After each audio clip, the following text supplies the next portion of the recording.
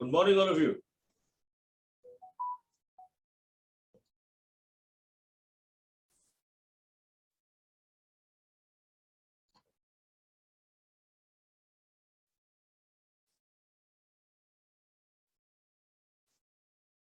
Good morning, very good morning.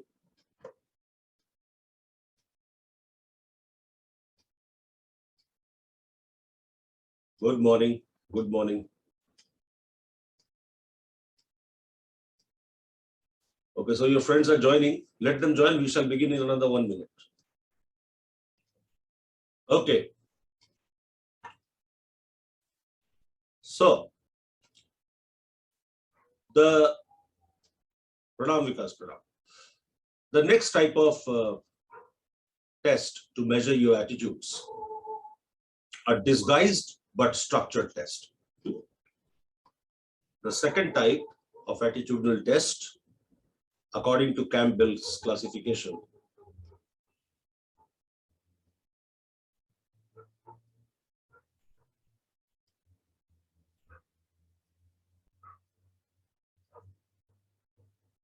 is disguised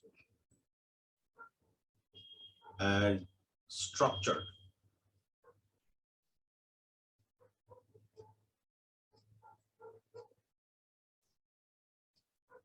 Disguised and structured test.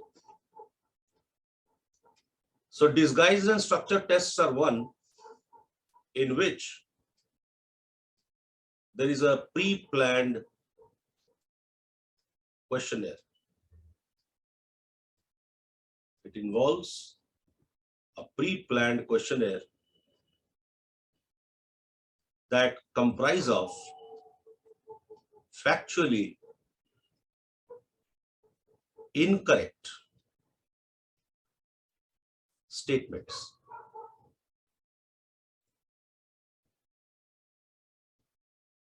So there is a pre-planned questionnaire comprising of factually incorrect statements. The subjects respond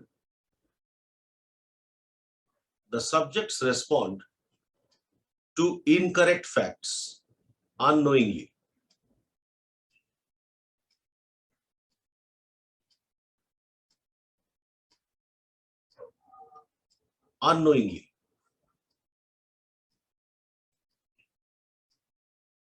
So it's a pre-planned questionnaire, which means it is structured. There cannot be any changes during the course of administration of the test. The test comprises of pre-planned questionnaires. And the questions consist of statements which are factually incorrect, which means it is disguised. Now, when subjects respond to incorrect facts without knowing that they are incorrect, they eventually reveals their attitudes. That means they are revealing that what they would like to happen, what they would wish as a fact. But the reality is the facts themselves are incorrect. So if you are answering to incorrect fact, if you are responding in favor of an incorrect fact, which never happened, it means that you wanted them to happen. So eventually subject will reveal their attitude. That is why it is disguised. It is disguised, but unlike projective test, which was supply type test in which the subjects could present any kind of story, this one is structured. You have to respond against the given statements. You are not free to respond anything by yourself. You have to express your opinion over the given statements. Now, the fact is that given statements are themselves errors. So the answers given to this test involves, the answers given to these questions involves choosing from errors. Choosing from errors. So the options here are error choice options.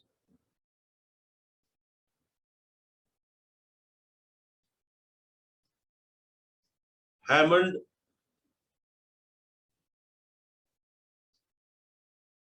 used it. For example, Hammond used it to measure the attitude of people. In fact, he used it to measure attitude of Russians towards labors.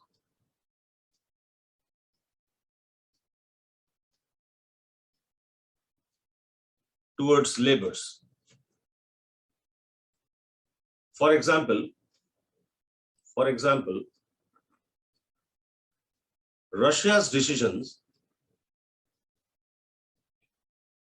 Russia's decision to remove the heavy industries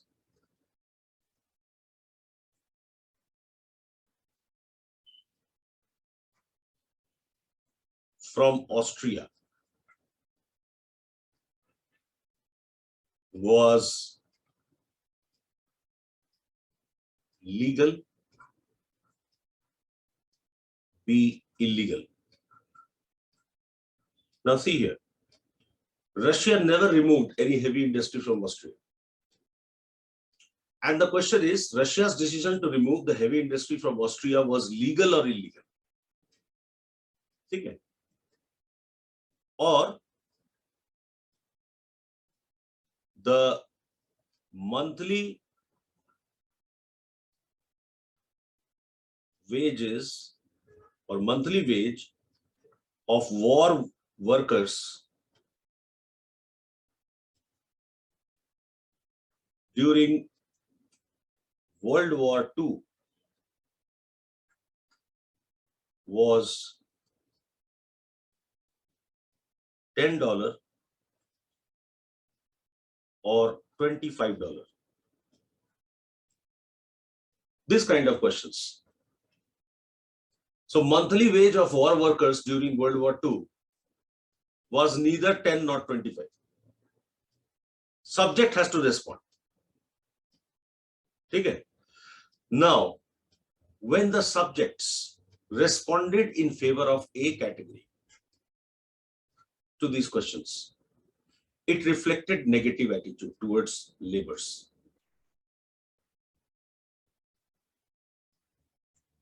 You can see Russia's decision to remove heavy industry from Austria was legal. That means somebody is supporting that heavy industries and unemployment of labor was legal. Monthly wage of war workers during World War II was $10. This is not a fact. But yes, monthly salary should not exceed $10 can be a wish. And that reflects negative attitude. While subjects responding in favor of B categories reflect positive attitude towards labors.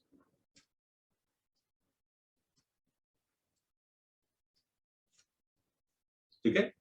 So this is disguised and structured test. Example is Hammond's test. The example being Hammond test.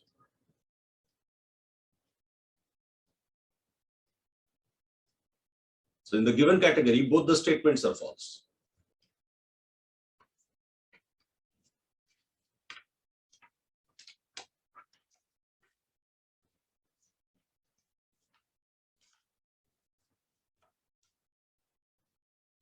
Now coming to the next, the third one.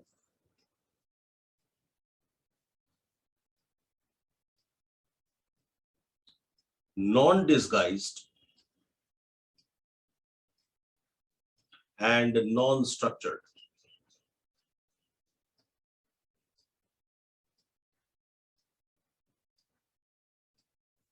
Non-disguised and non-structured test.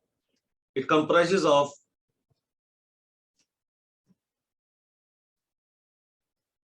mainly two types of tests.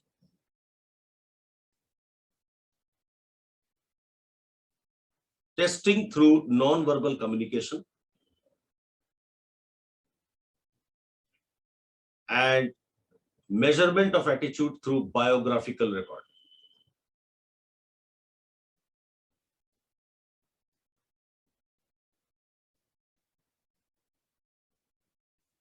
So NVC, non-verbal communications and biographical records. So non-verbal communication involves observing the body language during interview or the recorded version of interviews. This type of method is also known as discourse analysis. Okay. So while observing body language, the main focus is given on facial expression of the interviewee, because face is considered to be mirror of heart. It is difficult to deceive your facial expressions, and especially the micro expressions. You understand what are micro expressions? Suppose you do not like me, but because I am your teacher and I have some degree of command and authority over you, you do not show your dislike. Now say the classes are over, you have moved on in life, and then you see me after 5 or 10 years on a street. You look at me, and suddenly the natural expression which comes on your face is of avoidance. But as you see that I also look at you, you immediately cover up that micro expression and you bring out a smile. And you wish me, hello, sir. Now, micro expression is what you made before wishing me hello, sir. So the discourse analyst would observe the facial expression that comes first, the micro expression. Getting it? So you can manipulate your facial expression, but it will take some time before you start manipulating. The first expression that appears on your face is called micro expression. Okay. It can be delight, it can be awe. Okay. Then analysis of paralanguage. All these things will come in communication chapter in detail. Paralanguage. Paralanguage involves analyzing the pauses in speech, the pauses that you make in speech, speed with which you speak. So people speak faster when they're nervous. The errors which you commit in the speech, the words against which you get fumbled,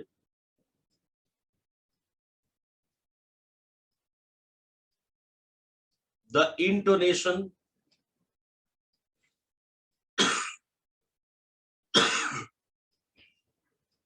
intonations or modulations.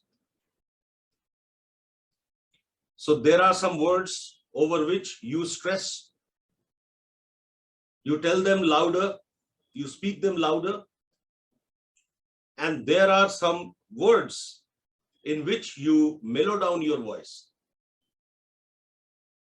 So that reflects the degree of confidence and assertiveness that you have over various issues.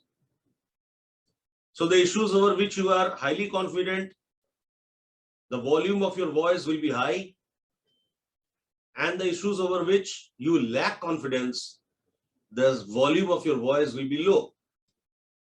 So analysis of paralanguage. Analysis of personal space language.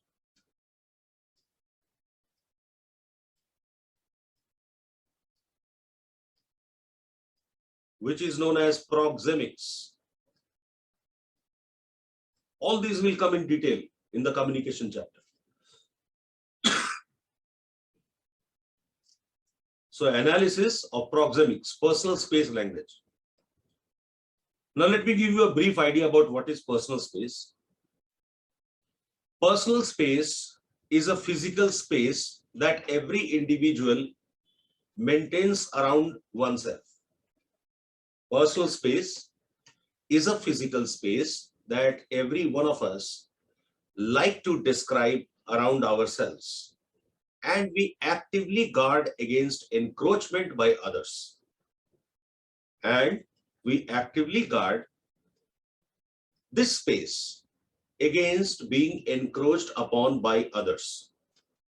Sir, please repeat this part in the tab. Personal space is a physical space that every human being describes around themselves, maintains around themselves, and they actively guard against encroachment by others.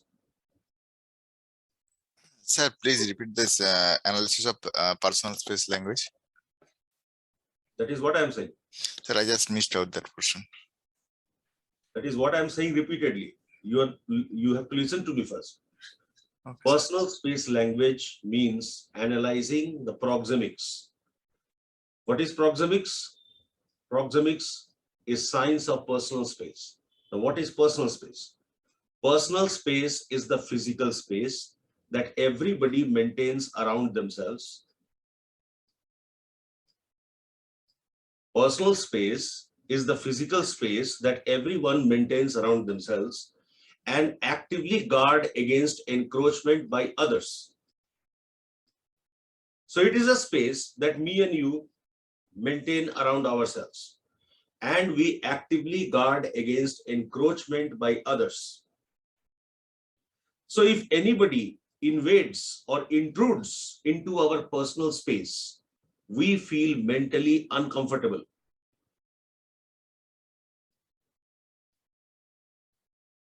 Okay? We feel mentally uncomfortable.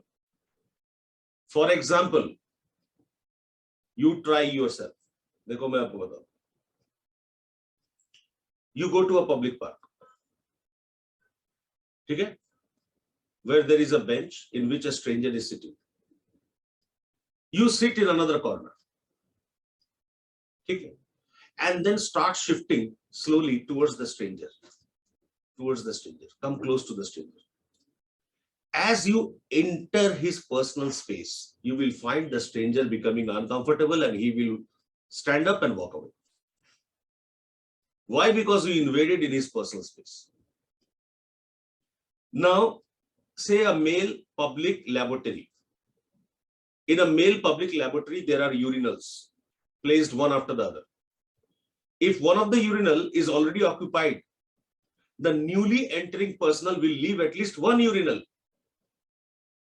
Right? And suppose all the urinals are preoccupied and only the center one, the middle one is left empty. Then the person will be forced to occupy that. And in which case the maturation period will get delayed. Maturation period is the time taken before one begins to pass the urine. So because of that mental turbulence and anxiety, it will take greater time before he starts urinating. Why? Because personal space has been invaded. Now, personal space varies relationship to relationship. So there are various zones that we will learn in the chapter of communication when we discuss proxemics. For example, there is called public zone. Public zone is maintained with strangers. So you would like to interact with strangers, or you like to see the stranger from a distance of at least 18 feet. You like to maintain a distance of 12 to 18 feet with strangers. That is called public zone. Somebody who is known to you but is superior. Somebody who is known to you but your boss, your senior, your superior, maybe your teacher. You would like to maintain a distance of 4 feet to 12 feet with that person. So suppose I am the teacher in the class, I come too close to you. You will feel uncomfortable, as well as I will feel uncomfortable if you come too close to me.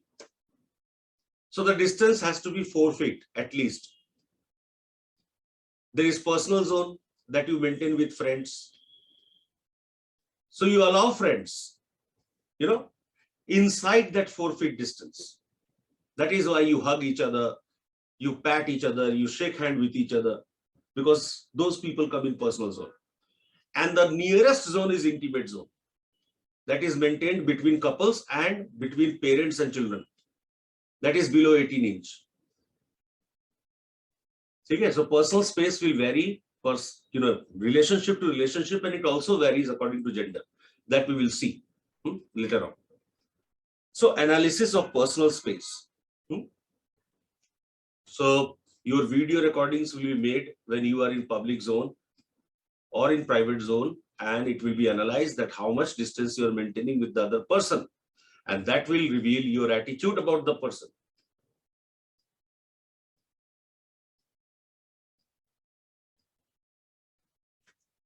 Okay. So these are analysis of non-verbal aspects of communication.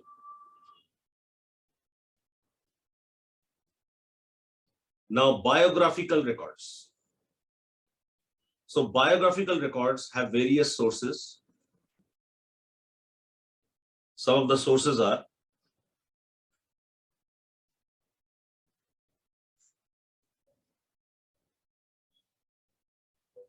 the personal diaries,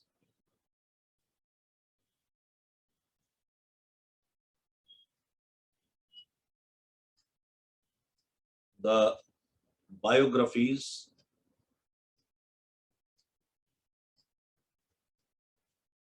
the autobiographies,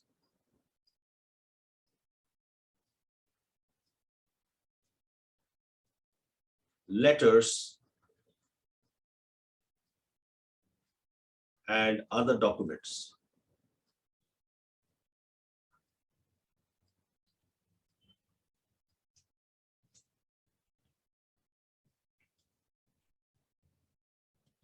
Okay? And other documents.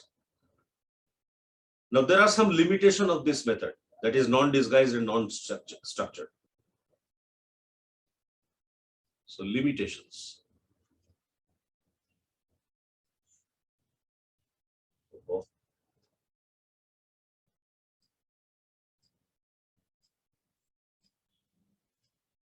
Limitation number 1. By mistake, a button got pressed in this pen. It might amount to invasion of privacy. So reading somebody's personal diary or analyzing somebody's video recording without their consent. Invasion of privacy.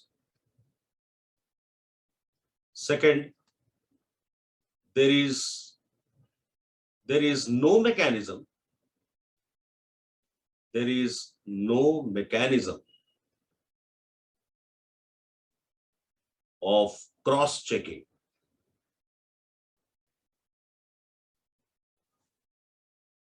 So whatever analysis the expert has done, that will be the final word. You cannot verify whether his findings were correct or not, because you do not have the second interview. You do not have the second interview. Suppose you are trusting on what has been written in the biography, and biographies are written over people who are past, who existed in past. So you do not have any source to verify whether that analysis was correct or not, right? Third,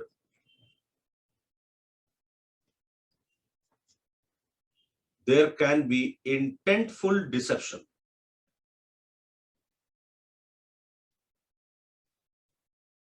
The subjects can manipulate their facial expression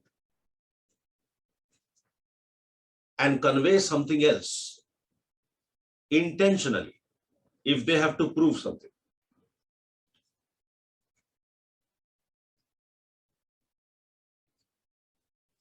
And obviously, if you are trying to analyze the attitude of historical figures, sometimes you may have unavailability of records. So for everybody, personal diaries or autobiographies do not exist, isn't it?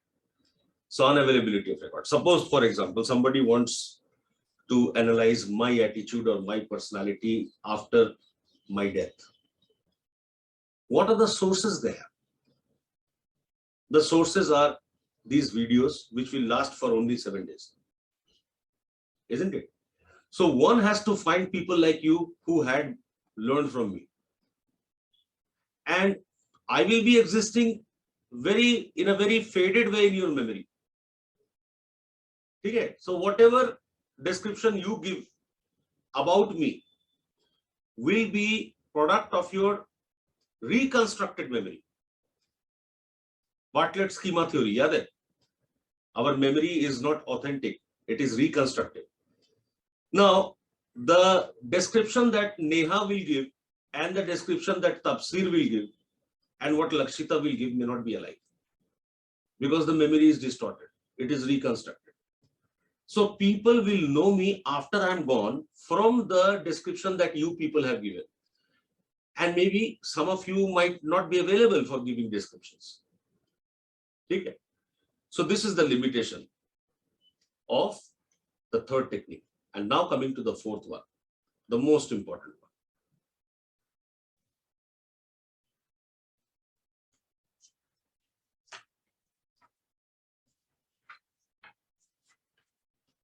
It is the most direct measure, non-disguised and structured.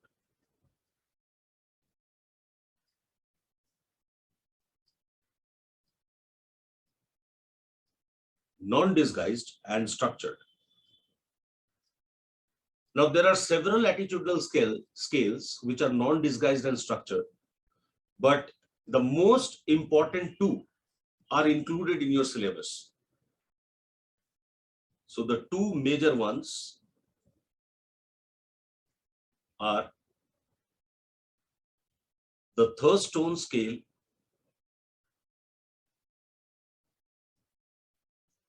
The two major ones are the Thurstone scale and Likert scale.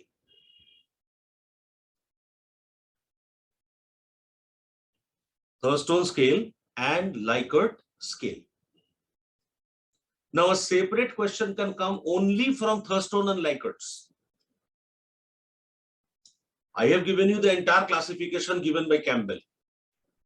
I am saying that a separate question can come only from Thurstone and Likert, or comparison between Thurstone and Likert. Okay. Okay, Partha, did you understood what is proxemics personal space language? Okay. So now we will discuss Thurstone scale and Likert scale. Just give me a minute.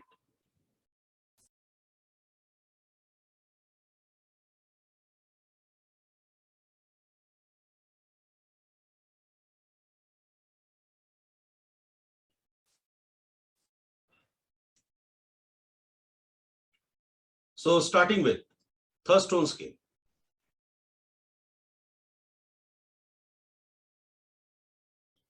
Thurstone scale came in 1920. It was given by L.L. Thurstone. Thurstone scale is also known as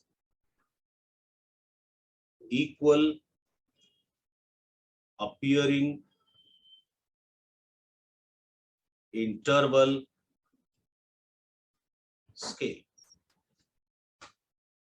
Thurstone scale is also known as equal appearing interval scale. Okay.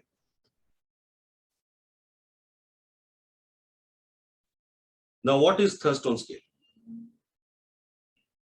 It is an unidimensional scale. It is an unidimensional scale. Thurstone scale is an unidimensional scale because it measures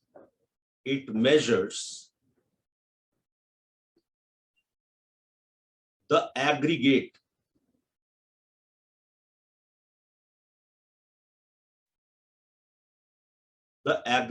attitude towards a specific issue.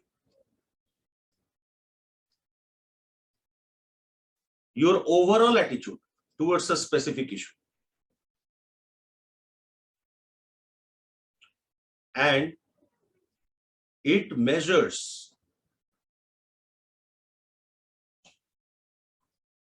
the attitude of the entire group towards that specific issue.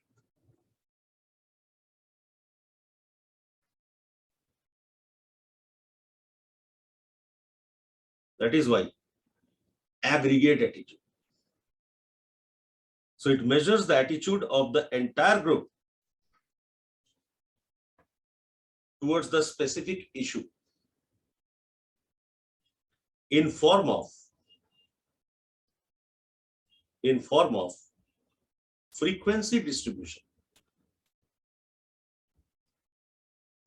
In form of frequency distribution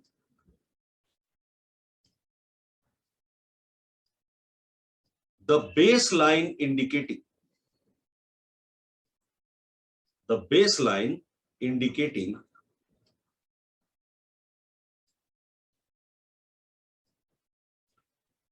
the whole range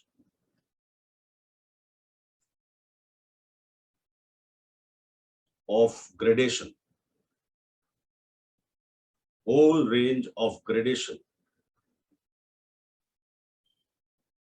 from most favorable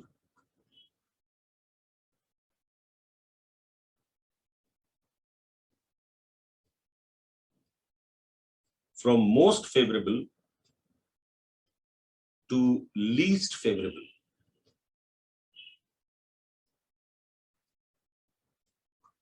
Most favorable to least favorable at the other end.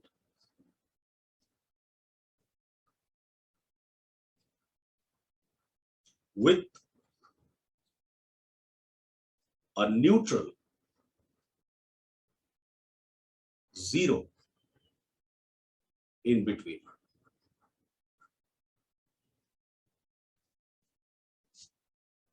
So Thurston scale is an unidimensional scale because it measures the aggregate attitude of the entire group towards a specific issue. And the measure of attitude is described in form of frequency distribution with a baseline that indicates the whole range of gradation between most favorable to least favorable and a neutral value in between. With a neutral value in between. Now you will understand what is this once you understand how it is constructed. So procedure of construction. Shall I change the page? Shall I change this page? Sir, what is the meaning of neutral 0? Neutral 0 means zero attitude, neither favorable nor unfavorable.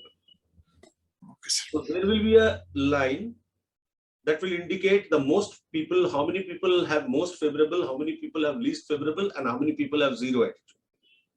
Okay. So it is administered over the entire group. So one single scale will be administered over the group, not over the individual alone. And it will reveal the aggregate attitude of the entire group. Okay.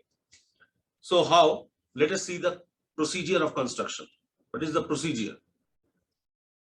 Very complicated procedure, but measurements are very, very valid. So it begins by preparing statements. It starts with preparing statements.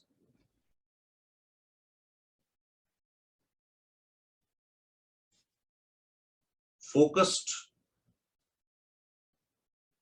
on the research objective.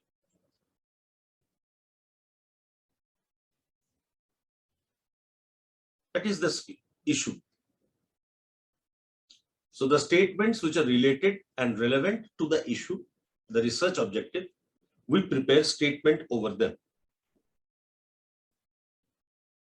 And the statements should cover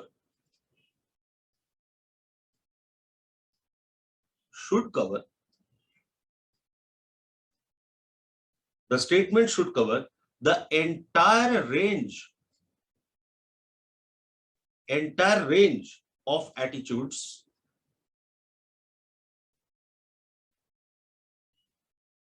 over the issue.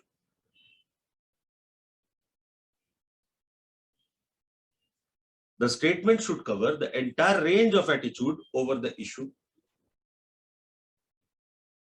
like positive, negative, neutral. So the statements should be describing positive attitude. There should be statements that reveal negative attitude. There should be statements that reveal neutral attitude. So it should not be unidirectional statement. It should be there should be comprehensive statements. Some statements should bring about positive attitude, some negative, some neutral. Okay. And there should be at least 100 statements. So we have to prepare at least 100 statements over the issue. Now I'll tell you what. For example, say BJP government. Now people may have multiplex attitude towards BJP government. So what is your attitude towards BJP government when it comes to national security? So some people might hold positive attitude when it comes for national security. Surgical strikes, Pulwama attack, okay, etc., etc. So when you see these proactive measures of the government, it appears to be positive. But then when it comes to economic policies, people may have negative attitude. When it comes to economic policies, people may have negative attitude. People may have negative attitude when it comes to secularism. And people may have neutral attitude towards other issues. So the statement should try to bring about all the aspects of attitudes which people might carry over a specific issue. This is first thing.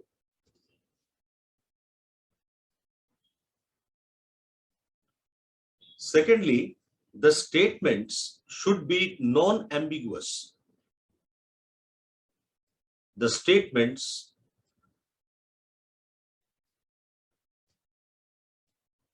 should be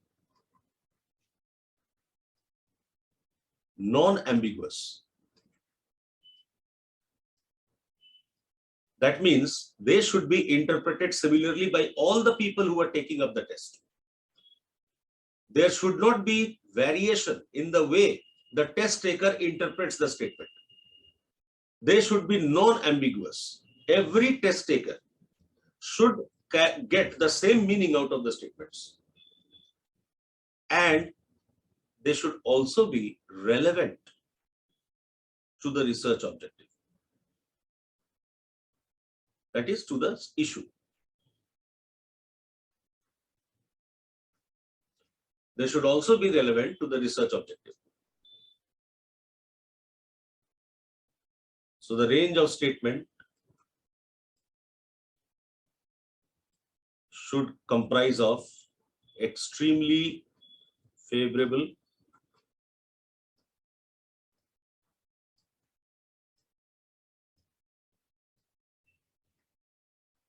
neutral,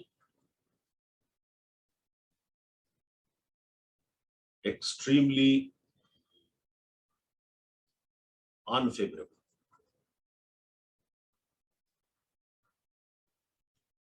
Extremely favorable, neutral, extremely unfavorable. Now, once the statements are made, you have made almost 100 statements. They are printed. Once the statements are made, the statements are printed. The statements are printed and cut into slips.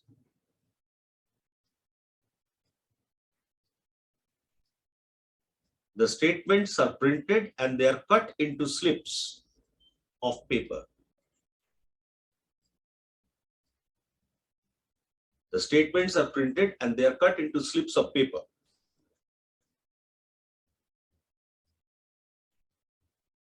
Large number of judges. Who are judges? Judges are experts. Large number of judges on the specific topic are selected. So there are experts on that specific topic. So if it is a political issue, the experts chosen may belong to journalism. They may be politicians. They may be activists. So large number of experts, they may be bureaucrats, right? So large number of judges are selected. And the judges are asked to sort out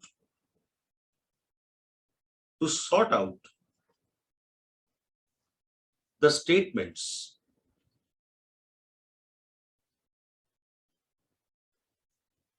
into piles over a scale of 1 to 11. Okay? So looking at the statement and the severity of the statement, you arrange them in categories of 1 to 11. Say, for example, 1 representing extremely favorable attitude. So any statement that shows extremely favorable attitude should be kept in a pile. So all those statements out of 100 that reflect extremely favorable attitude should be kept in pile number 1. And who are the people who are judging it? Not one person. Large number of judges are judging it. Okay? So if you are putting a statement in pile 1, it should reflect extremely favorable attitude. Say in pile number 2, you may keep favorable attitude. In pile number 3, you may have mildly favorable attitude.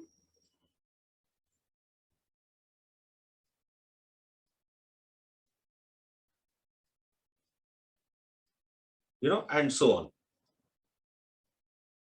Say the pile number 6 should represent neutral. So piles are total 11 in number. So pile number 6 should represent neutral. And piles which are numbered above 6, piles numbered above 6 should be representative of unfavorable attitude. So unfavorable attitudes can begin with mildly unfavorable, then unfavorable, then extremely unfavorable, and so on.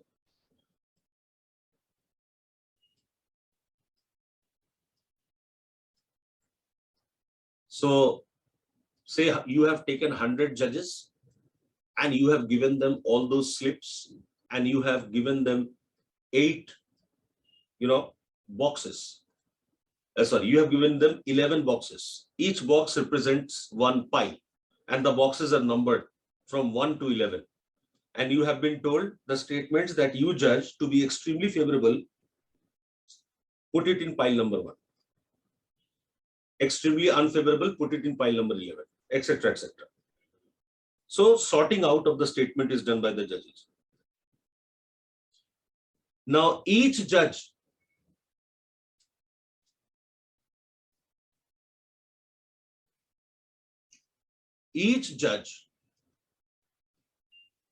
or each of the judges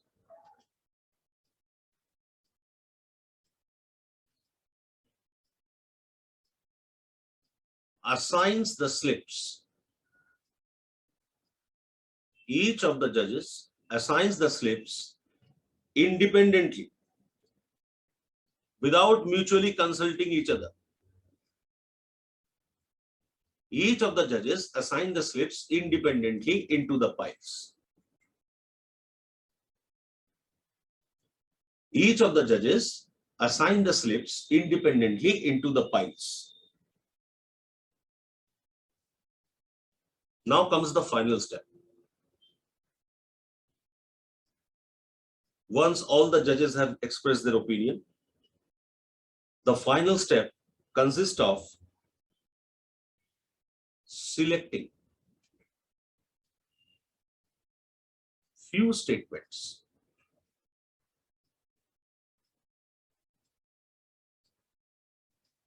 for final scale. Selecting few statements for final scale. That is,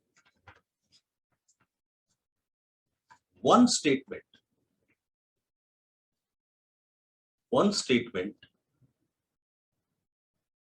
from each pile.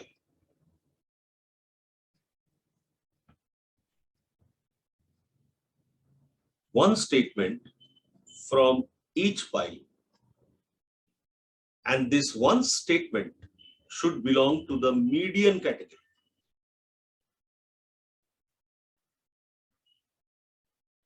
This one statement should belong to the median category with minimum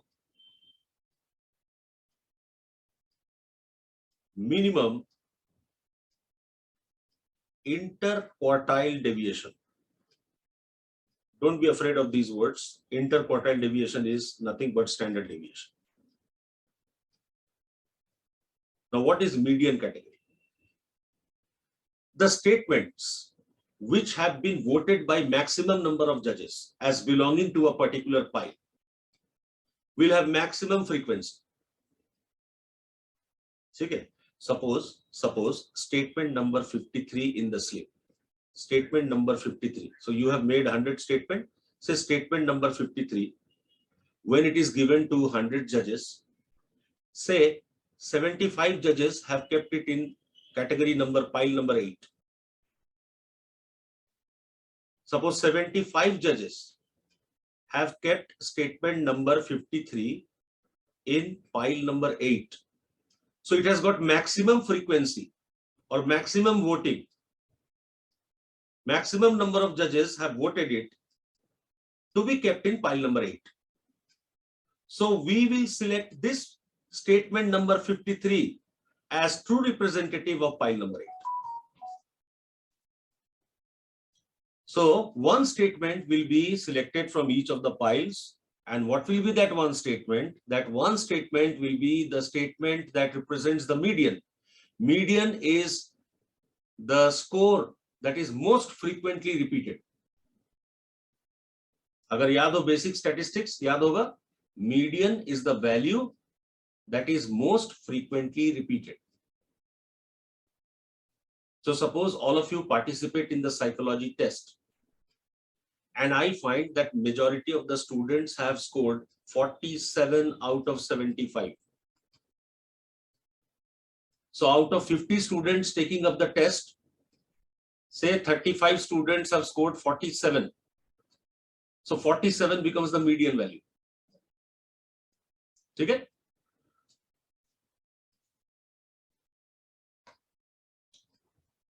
The selected statements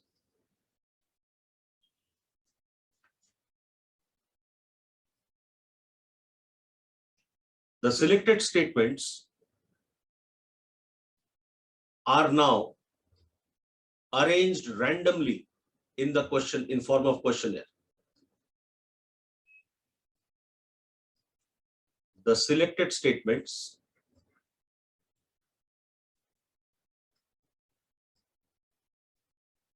are arranged randomly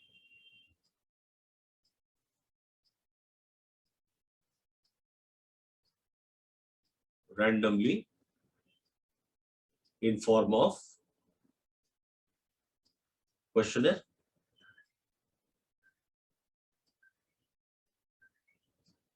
The selected statements are arranged randomly in form of questionnaire, and the response options are true or false.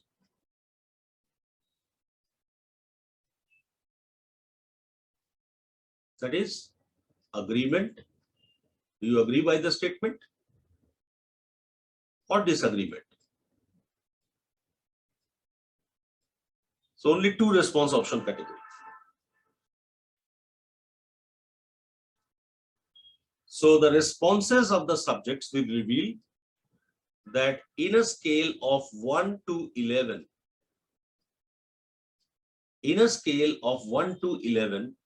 which pile they belong to.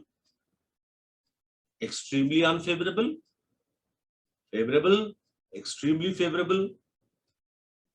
So exactly within a scale of 1 to 11, which pile the subjects belong to will be represented by the aggregate score obtained by the subjects. This is Thurstone. So although the method of construction is quite complicated and it requires huge number of staff, judges, and it is time consuming, but the results obtained are quite elaborate and detailed. Okay. And it can be administered over the entire group. That is the benefit of this scale. So at one time, this scale can be administered over a large group of people, a huge group of people.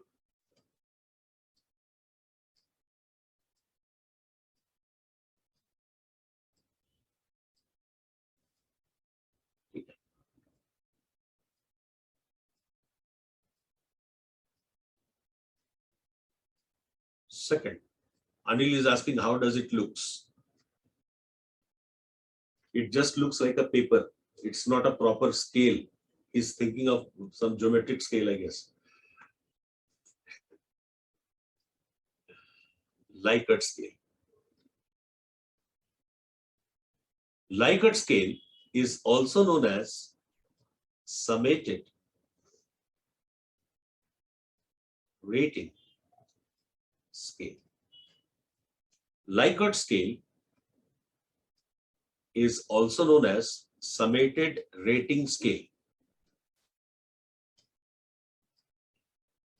The response option, the response categories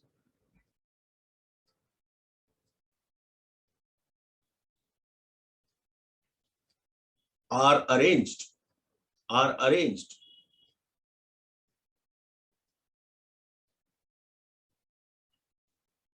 in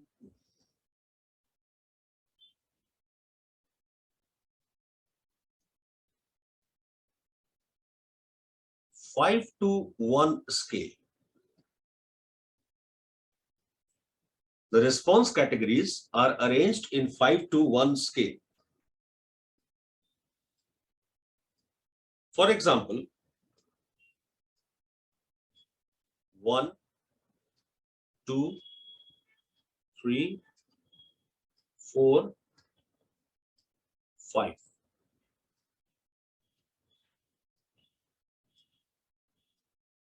One represents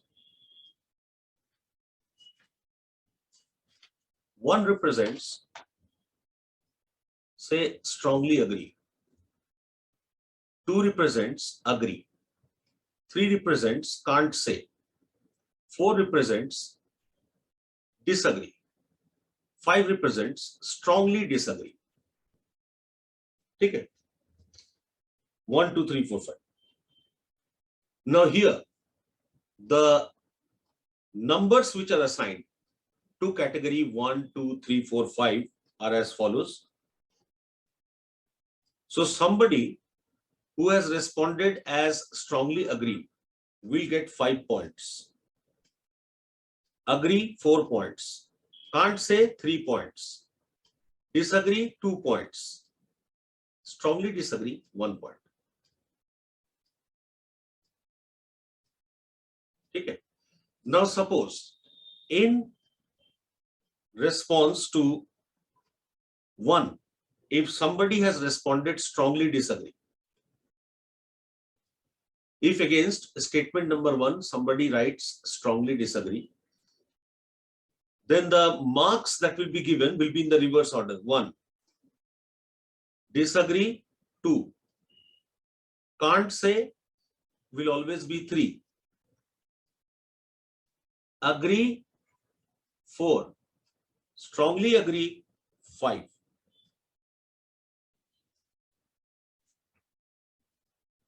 Now in the end, the scores will be summed up. Summated scores shall be obtained.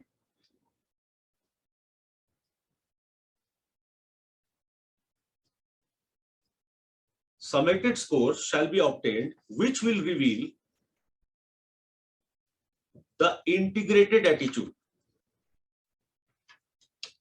Summated scores will be obtained, which will reveal the integrated attitude. So you will be given some statements, and against those statements, you will have to express your opinion. And this will be the pattern of the scoring. So overall scores will indicate your attitude.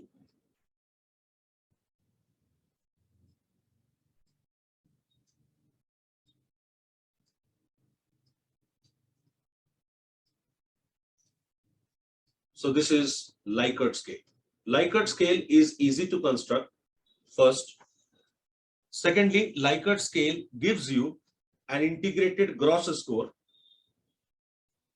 It quantifies your attitude with the help of a number, a whole number. So you are not categorized in a particular pile or interval like Thurstone. Here the scores are in whole number.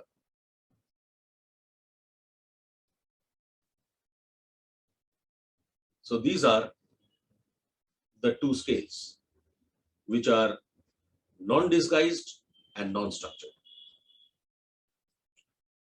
And with this, we have completed attitude. And today, I'm going to begin with values. So we are done with attitude, and now today we are going to begin with values. That's one thing I just forgot to tell you. I was telling somebody to remind me about the matter. The matter or attitude, value, interest, social integration, etc. I just forgot to inform it to the desk. So today, at 10 o'clock sharp, I will be calling the desk, and today it will be uploaded for sure. Okay. So let us come to values. And you just need to give me a minute before I begin with values.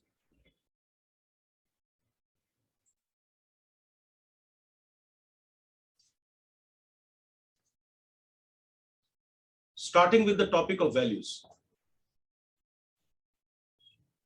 Now, first of all, we will begin with a variety of definitions which have come forward to explain what is values. What are values? So, values have been defined by different people in different ways. Sir, is measurement of attitude scale also applicable to personality measurement? Yes, the first one. The disguise tests are also tests of measurement of personality. And see, personality is aggregate of all your mental traits, and attitude is a mental trait. So obviously, when we say that we are measuring attitude, it's obviously a measure of personality as well. When we say we are measuring motivation, it is also a measure of personality. So when we talk about personality test, it comprises of a whole range of tests in psychology. Okay. And there are some tests which attempt to measure everything in totality. They are called exclusive personality tests, like MMPI, Minnesota Multiphasic Personality Inventory, or CPI, California Personality Inventory. These are exclusively personality tests. And say Likert and this Thurston, very exclusively attitude measurement. But obviously attitude is a part of personality, so you can always say it's also a personality test. Okay. So basically personality tests are of two types broadly. One is projective test, that is disguised, ambiguous in nature, and another is paper pencil test. Now paper pencil test is any test that is administered in form of questionnaire in which the response categories are of multiple choice type, and you have to respond in favor of any of the response categories. You are bound to respond. So paper pencil test can be intelligence test, it can be attitude test, it can be test of motivation, it can be test of emotion, etc. etc. Okay, it can be test of values, it can be test of interest, which we are going to deal right now. Okay. So now let us begin with values.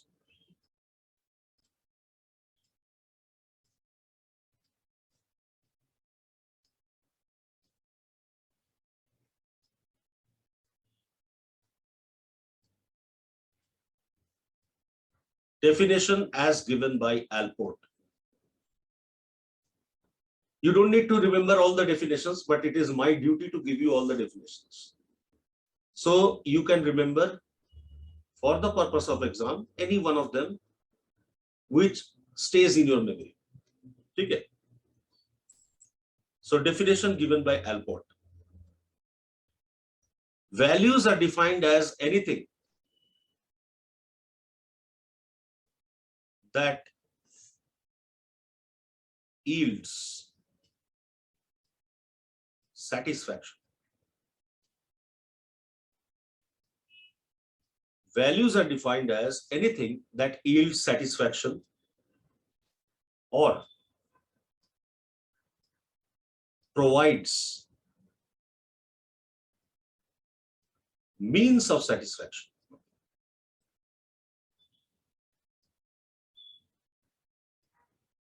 Or provides means of satisfaction.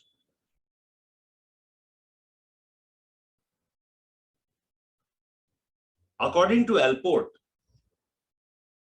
values are not merely preference. According to Alport, values are not merely preference. Not merely preference, but a preference. But a preference which is considered to be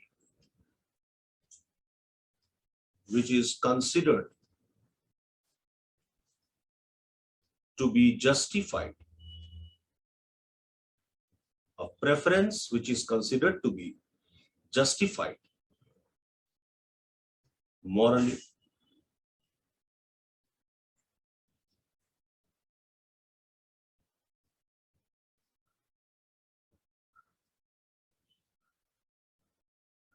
reasonably,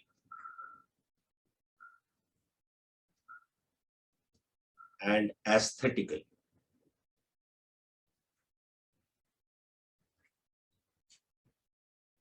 They are not merely preference, but they are preference which is considered to be justified morally, reasonably, that means through reason, and aesthetically. Okay, aesthetically means from the point of view of beauty and arts, it is justified. So such are values. For example,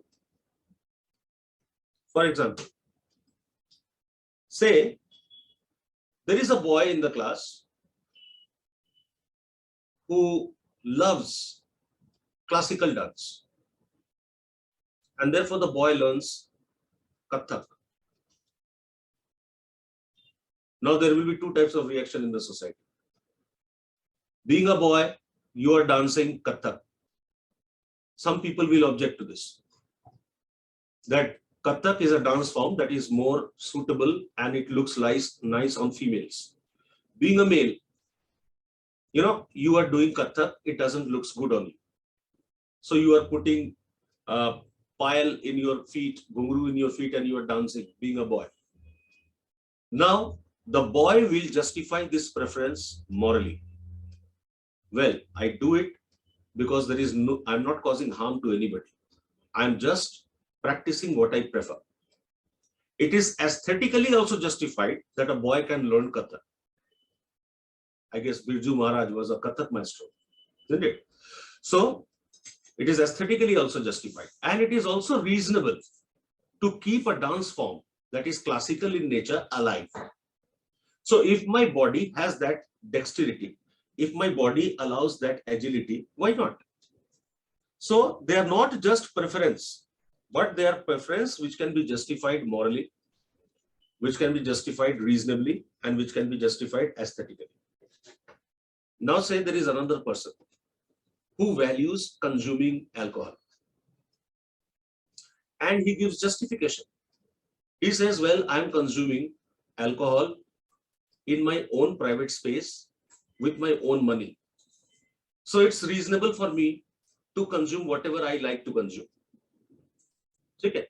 It is also aesthetic on my part that I consume it in a very spiritual manner. I consume it in a very religious manner. I consume it in a very social manner. I don't shout after consuming alcohol. So aesthetically also it is justified. But then when it comes to moral justification, there is lack of moral justification. Morally, you cannot justify it. Why? Because family members may not be happy with your consumption of alcohol. Are you getting it? So it has to be justifiable at all the levels. Such are values. So they are not merely preference. You can prefer anything. Smokers will prefer smoking cigarettes, but that is not value. Okay? So value has to have three-tier justification.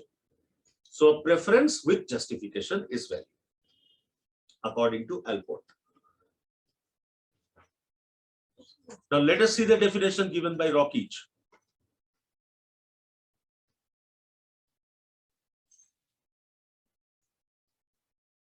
Say the definition given by Rockich.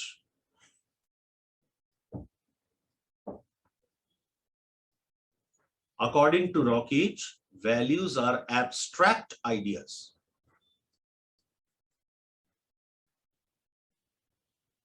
Values are abstract ideas which may be positive or negative, which are not tied to any specific object.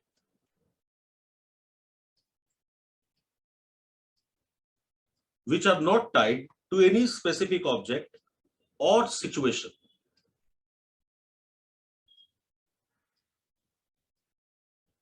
Which are not tied to any specific object or situation, representing the personal belief,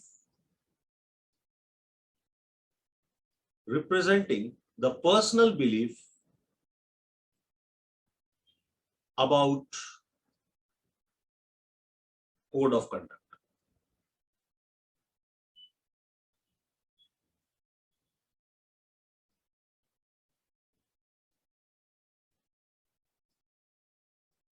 So they are abstract ideas or abstract ideals, which can be positive or negative. So positive ideals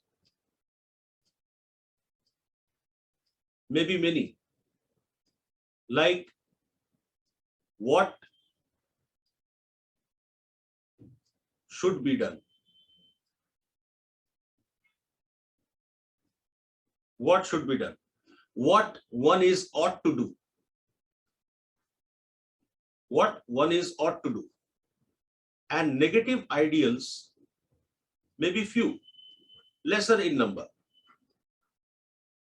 They are what should not be done.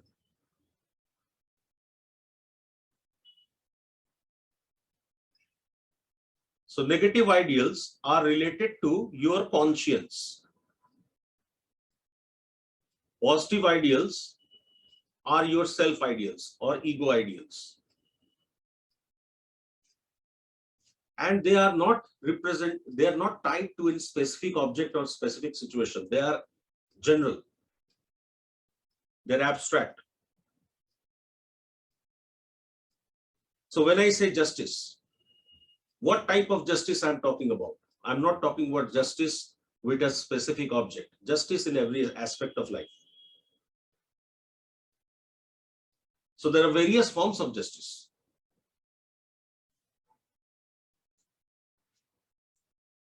Now, this was a definition given by Rockich, that values are abstract ideals, which can be positive and negative in nature. Positive ideals involves what to be done, what should be done, what ought to be done. Negative ideals are what should not be done, etc.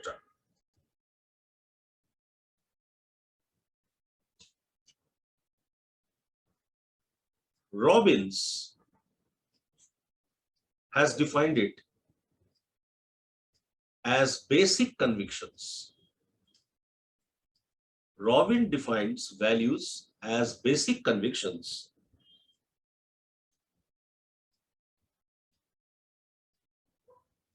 or a specific code of conduct, or a specific code of conduct for achieving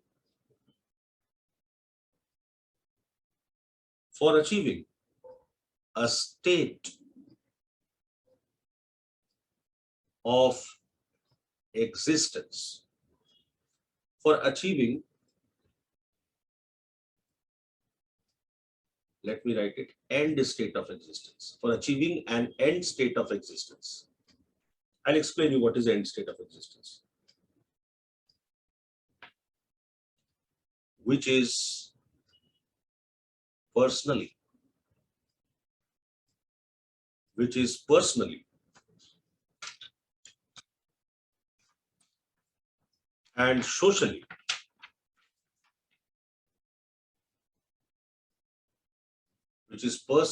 and socially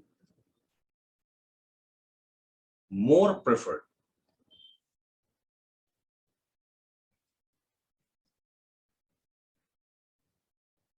as compared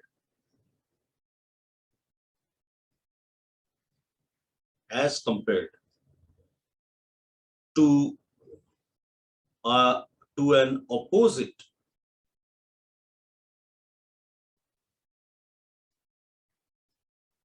code of conduct.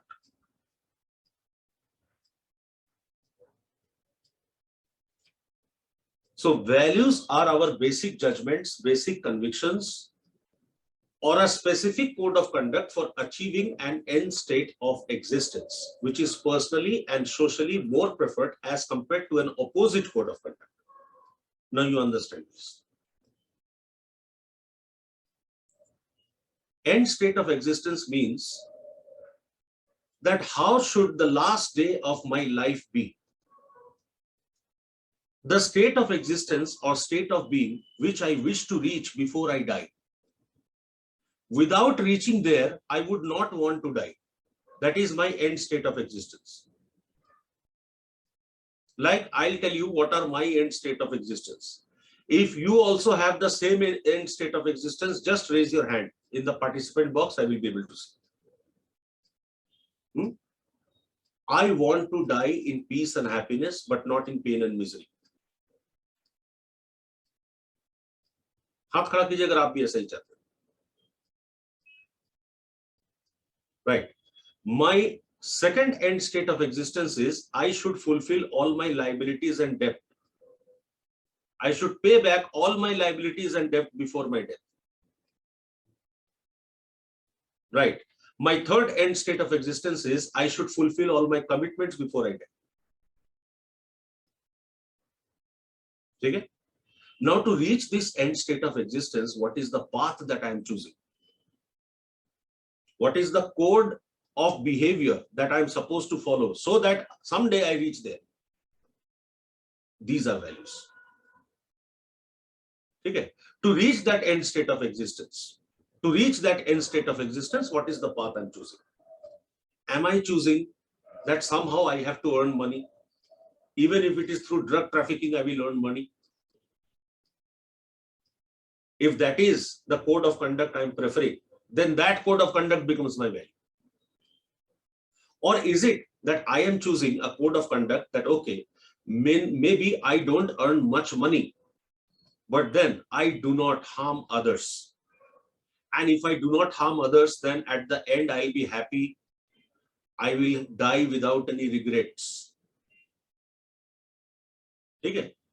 So values are the code of conduct that you have chosen so that you can reach or be mentally prepared for the last day of life, the end state of existence.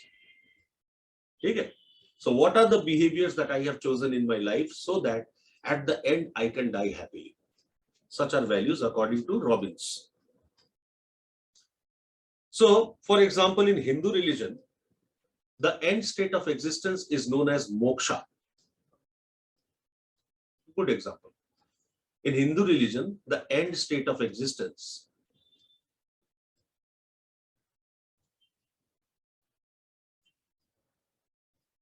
is moksha, salvation. And to reach the end state of existence, moksha, the preferred code of conduct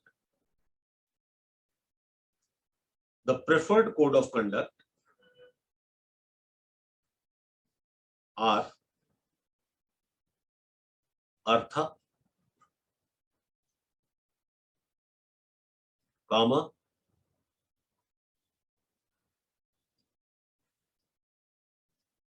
and dharma. Artha means you should create wealth and assets. You may be born poor, but you should not die poor. You should earn. You should create wealth. You should create assets. Kama, you must produce children so that the mankind as a race survives. And dharma means you should always follow the path of justice. So if these three duties, if these three codes of conduct have been followed in one's life, then it is expected that one will achieve salvation, moksha. And collectively, this concept is known as Purusharth. Some of you must be aware about it. Purusharth means Purush hone ka arth. Now here Purush does not mean the male gender. Purush means the human being as a whole. So if you are born as human being, then you have three duties to perform: artha, kama, dharma. And if you have performed these three duties, then it will open up the path of salvation in life. That means you will get freedom from birth and rebirth cycles. And you will get a permanent seat, not in the Security Council, but in the heaven. Okay.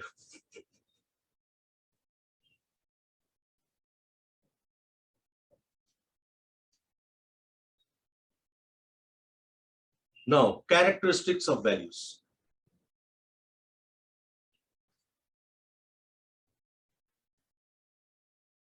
Characteristics of values. Characteristic number one. Values are composed of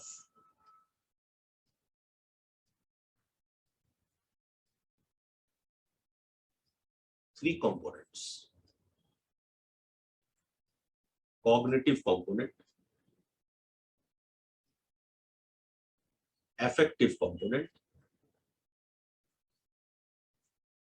and behavioral component. So values are composed of cognitive, affective, and behavioral component. Cognitive component is least powerful. In which the cognitive component is least powerful, the information part is least powerful. because values are mostly abstract ideas. They're not clearly defined. Affective component is the emotional component which is most powerful. So if you have behaved in a manner that is inconsistent with your values, you will experience intense guilt emotion, remorse emotion, intense guilt feeling. The feeling of guilt will be so intense that you will not be able to accept yourself.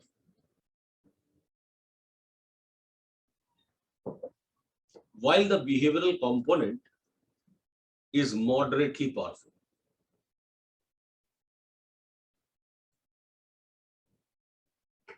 So we do not always behave according to our values. We do not always behave according to our values. Most of the time, we just avoid behaving opposite to our values. I repeat, we do not always behave according to our values.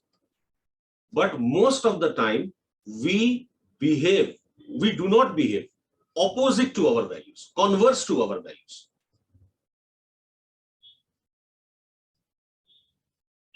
So behavioral component is moderately powerful. It is moderately influencing. Now I'll give you some examples to understand the cognitive component, affective component. How affective component is most powerful, let us see. This is a common example which I also give in the ethics class.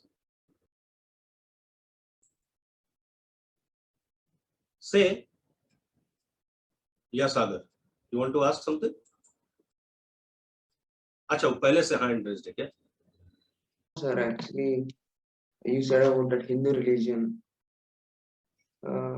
and state of existence, like Artha, Kama. Some people leave those for salvation, like Buddha. He left Kama and Artha for salvation. That is Will be documented in Shastras. That is not Buddhism. okay. Buddha altogether came up with a different path. Okay. Now what Buddha says and what Srimad Bhagavad Gita says, they are quite different. Okay. Krishna says that being a family man, you can still achieve salvation. You don't have to be a sannyasi or a yogi to achieve salvation. Okay? Yes. Yes, sir. That's So there are different ways. That is why I said it is very abstract. It is very debatable. It is quite subjective. But now I'll give you an example that how affective component of value is so powerful. Suppose one day you are deeply absorbed in your studies. You are reading NCERT textbook and you are deeply absorbed into it. Now your mother watches you working hard.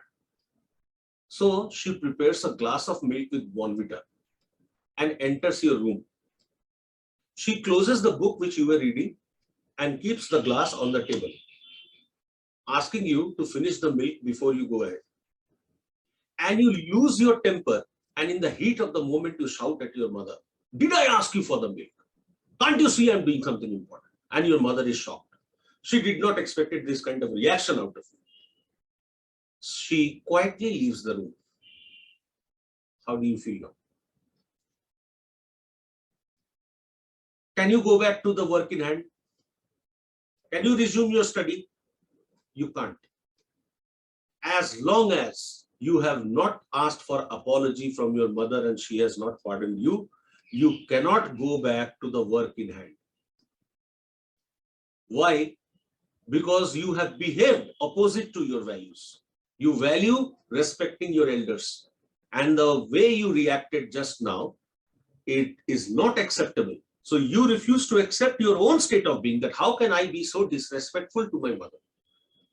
You refuse to accept yourself the way you had just been a moment ago with your mother. So values keep punishing you internally. They produce a deep sense of guilt and remorse. ये क्या किया तुमने? धिक्कार है. ठीक है? So affective component is very powerful. And opposite is also true. When you behave according to your value. Say suppose You value time and you are a punctual person.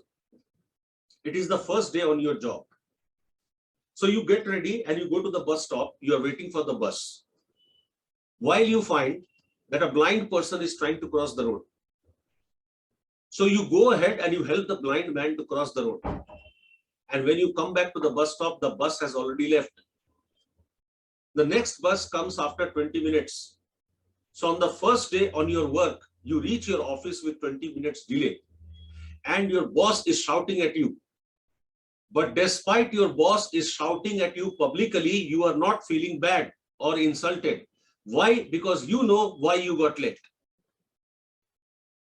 More he shouts, more proud you feel about yourself, as if your inbuilt values have insulated you against any external stimulation.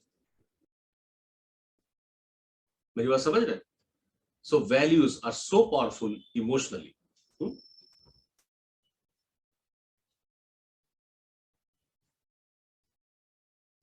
So this is one of the characteristics of value. The second one.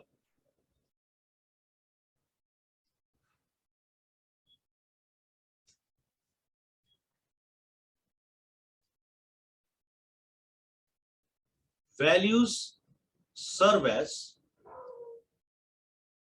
standard for choice. Standards for choice of actions. Values serve as standards for choice of actions. They, in fact, guide our actions.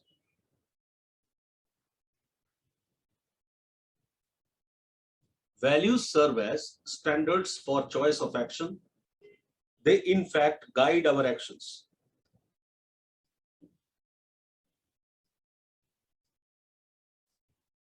So what is the standard of action? What is the code of action you will follow? You will choose it on the basis of your values. अभी मैं आपको बताता हूँ. Example देता हूँ. Realistic example. When I was in my boyhood days, that is in my school and college days, we used to go to watch movies with friends. Now, it was not multiplex during those times. The cinema halls used to be single screen cinema, and there weren't many choices in the town. You know, you would have 3 to 4 cinema halls and you have to choose from within them. So there used to be a trend that we have to watch the movie on the first day, first show. ठीक है, पहला दिन पहला show देखने का trend था. Because once the first show is over, students used to reveal the story to others. And the one who will give the first detail of the story became the newsbreaker. तो उसकी बड़ी इज्जत होती थी. जो पहला देख के आया, you know, लोग उसको घेर लेते थे चारों तरफ. सर वो हीरो बनता था, वो बताता था सबको, पूरा स्टोरी टेलिंग करता था. तो पहला शो देखने का बहुत मारामारी होता था. अब मान लो हॉल में गए, वहां लंबी लाइन, भीड़. There is a long queue to get the ticket. So we used to line up in the queue. And after long time of waiting, मतलब 1 घंटा पहले, शो शुरू होने के 1 घंटा पहले जाना पड़ता था. और भीड़ में लाइन में लग के धक्का मुक्की करके काउंटर तक पहुंचते थे. अब पता चला काउंटर बंद हो गया, हाउसफुल. ठीक है, अब कैसे देखा जाए मूवी? So there were ब्लैकीज. वहां ब्लैक करते थे लोग ticket. So we used to buy tickets in black. Now that was admissible to me when I was in that age, कि भाई लाइन में लग के धक्का मुक्की करके भी कैसे भी टिकट ले लो. आज मुझसे होगा ये? Can I do it today? I just can't. First of all, my values will not permit me to buy a ticket in black altogether. ठीक है, लेकिन उस समय वो permissible था, because that was the age. So at which age, at what time, which behaviors you choose and which you reject, that depends upon your value system, and your value system keeps changing. How many of you have seen movies like that, the way I did? आप लोगों ने नहीं देखा होगा. अच्छा, देखा है सागर? वार्ता देखा है? Sir, yes, sir. But actually, what happened after a certain age, people think about the society. What you, if I stand in the queue, what if somebody sees such way, then what will be the my reputation?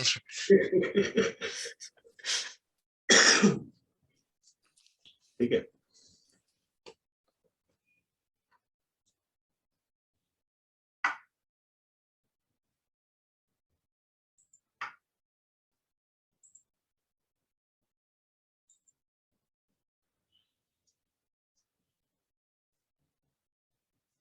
Third,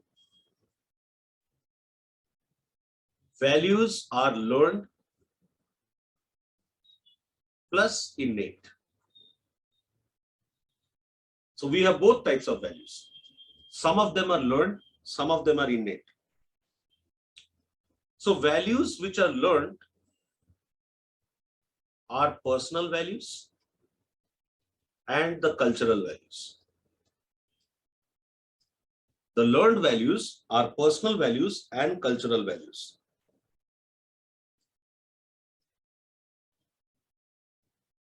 So personal values and cultural values are learned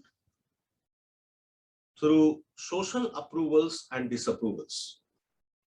Personal values and cultural values are learned through social approvals and disapprovals, through reinforcement and punishment that comes from our parents and teachers.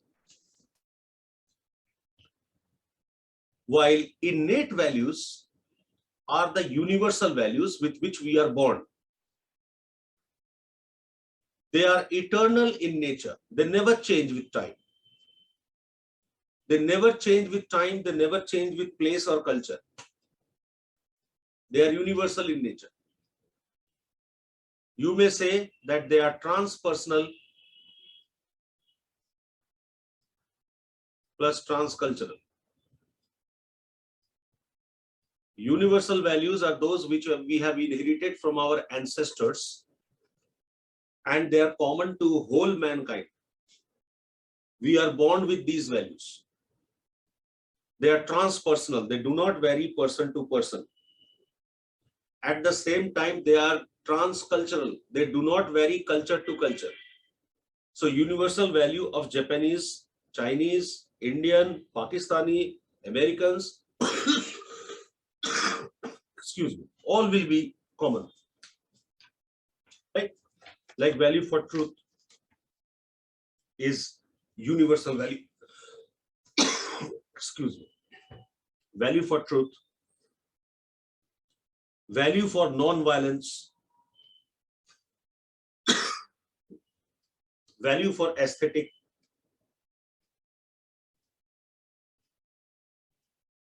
So something that is beautiful will appeal everybody regardless of their culture.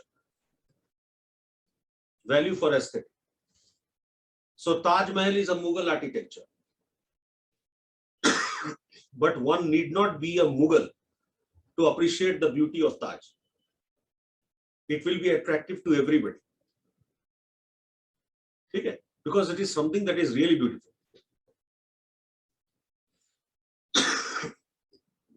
Sense of brotherhood is again example of universal value.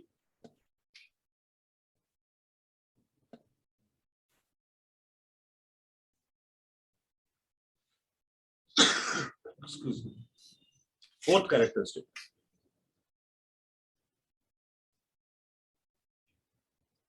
Values are highly stable and enduring.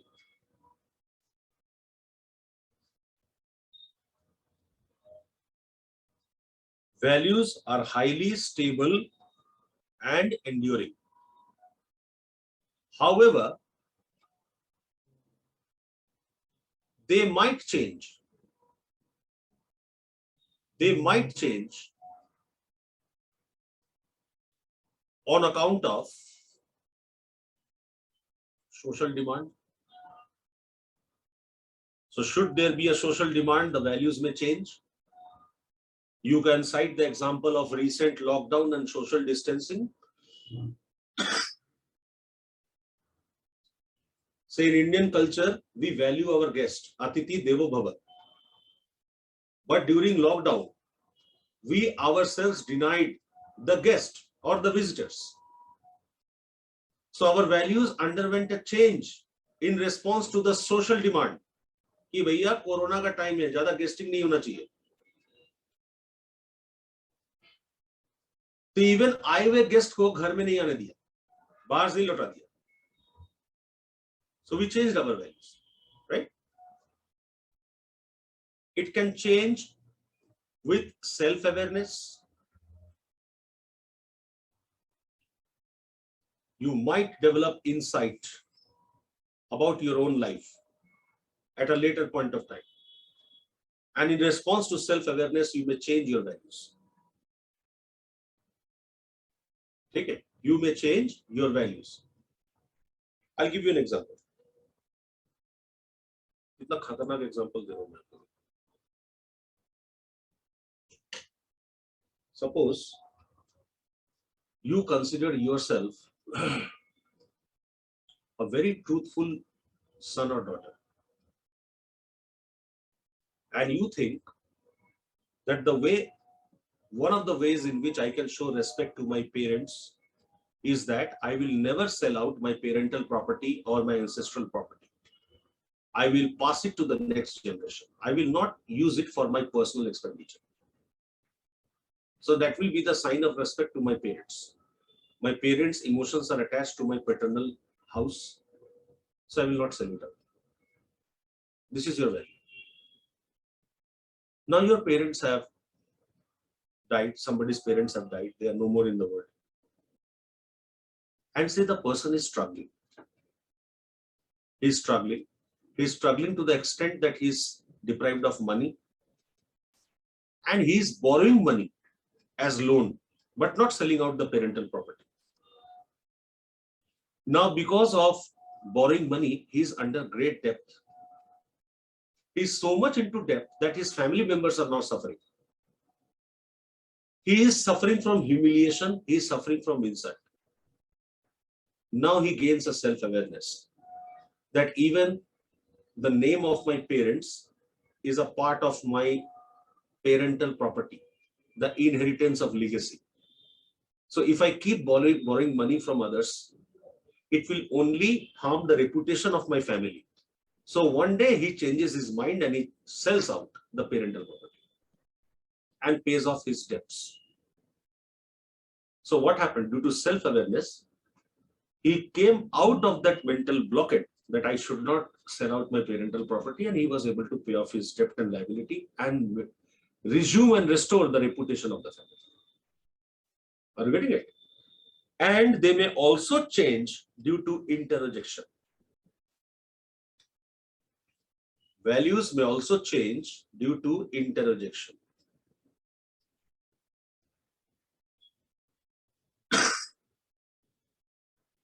Interrejection is the process of identification with an aggressor. Identification with an aggressor. Now, aggressor is a person who threatens. Aggressor is a person who threatens.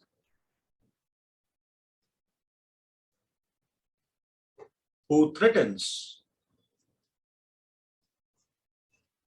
one's existing values.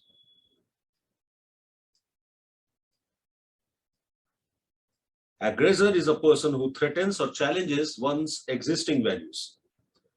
So if you are impressed by the logic and argument given by the aggressor who threatens and questions your existing values, you may begin to identify with the aggressor and you may change your values. For example, Raja Ram Mohan Roy, Ishwar Chandra Vidyasagar, they were aggressors. They challenged the existing values in Hindu society. Okay? They are called social reformers. So many people who were educated did not realize that they are oppressing the rights of women. They did not realize that they are oppressing the rights of the poor people who are scheduled caste people or scheduled tribe people. You know, by following the Varna system, they are doing injustice to human rights. So people realized their mistakes, and therefore there were several social norms, like several social changes, like remarriage of widows, abolition of sati, isn't it? Spread of modern education, education to girl child. So how these things changed?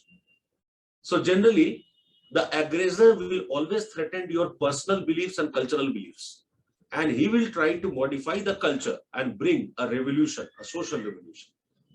So sometimes the logic and arguments given by the aggressors are so powerful that people begin to identify with them. Swami Vivekananda, for example, was an aggressor.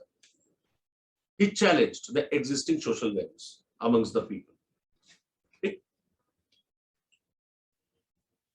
So we will continue tomorrow with the section of values and interest. And today I'm going to upload the matter. Okay. So thanks for your coming. Yes, Sagar? Sir, can values be called as traits in some extent, some context? Yes, Like 100%. traits are a trait. Yes, Traits also form our personality. see, attitude is a trait. Value is a trait. IQ is a trait. Emotion is a trait. Motivation is a trait. Any mental attribute is a trait. Trait is just a conception that something exists inside you. Okay. That notion is called trait. Okay. Okay. Okay, sir. Thank you. See.